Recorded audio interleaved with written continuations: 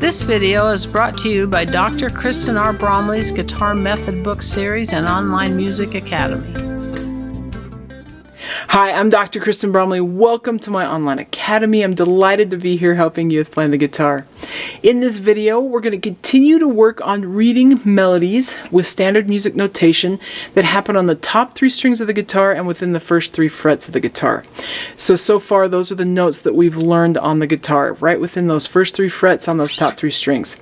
In the last video, we also worked on reading some rhythms that have rest values in them as well. These melodies will incorporate and have some rests within them, so we'll continue to work with rests as well.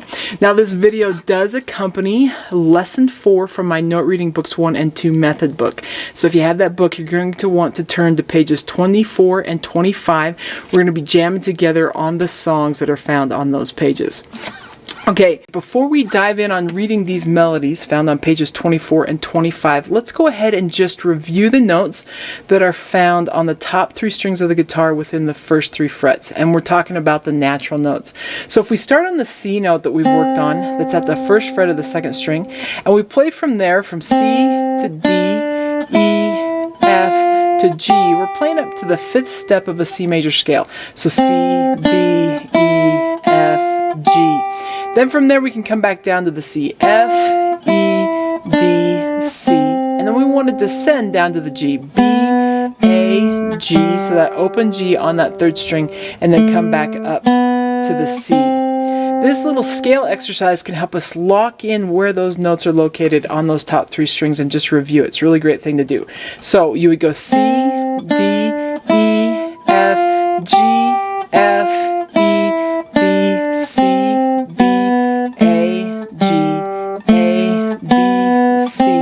it's a great idea to actually say the names of the notes out loud as you're playing that. In playing that scale, that little piece of the scale, it's a piece that ascends up to the 5th of the C major scale, down to the 5th below where we started on that C note, and then comes back to that C note, which would be known as our root or the starting pitch of that C major scale. It's a really great little exercise to help us lock these in. With that, you can work the right hand some as well. If you want to, you can do 4 plucks per note, and so on and so forth, going through all of those pitches, just as I demonstrated before. You could also do 3 plucks per note, 2 plucks per note, and even 1 pluck per note. Right now, we're only working on down plucks when we're actually reading notation, but you could use that little scale exercise as well to start working on alternating your picking directions. So you could go down, up, then up to the D, up to the E, and so on and so forth. That's a great thing to do to help you not only lock in where the notes are located in first position, but also get your right and left hands working well together. Get that picking hand working well as well. Okay, so we're going to jam together on numbers 6, 7, 8, and 9, which are on pages 24 and 25, as I mentioned previously. It's going to be like the times that we've jammed together before. So there'll be a little lead in with the drums, and then we'll be in you, me, and the band. Each one of these is going to happen at a slower tempo and at a faster tempo. It's a great idea to just sort of sight read, try and play right along with me as we're jamming along with the band, and do the best you can, kind of like Guitar Hero. And then if there's any parts that were really hard for you, you could go back and work on just those parts and then try doing it again. Now, if you can't play the melody even at that slower tempo, you could practice it at a even slower tempo on your own and then try and work it up to jamming right along with you, me, and the band. It's a good idea, though, to work any spots that are tricky for you and sort of practice those parts and work those in, because that'll lock in reading these melodies and help us get much better, much faster. Another thing you can also do is just say the names of the notes without fingering anything while I play them right along with the band. So you can just sort of say those names of the notes. It's a great thing to do, and then you can work on fingering them. Okay, it's going to be super fun. Let's go ahead and jam together.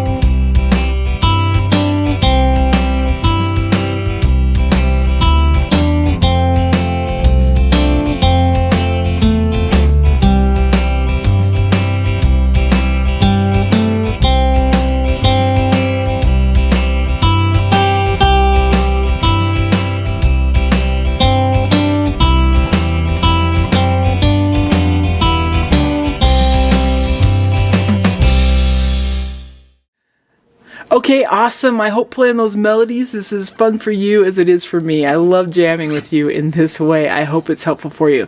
Now, in the next video that comes out, we're going to actually start learning the notes on the D strings. So the D, E, and F pitches that happen on that 4th string. It's going to be great.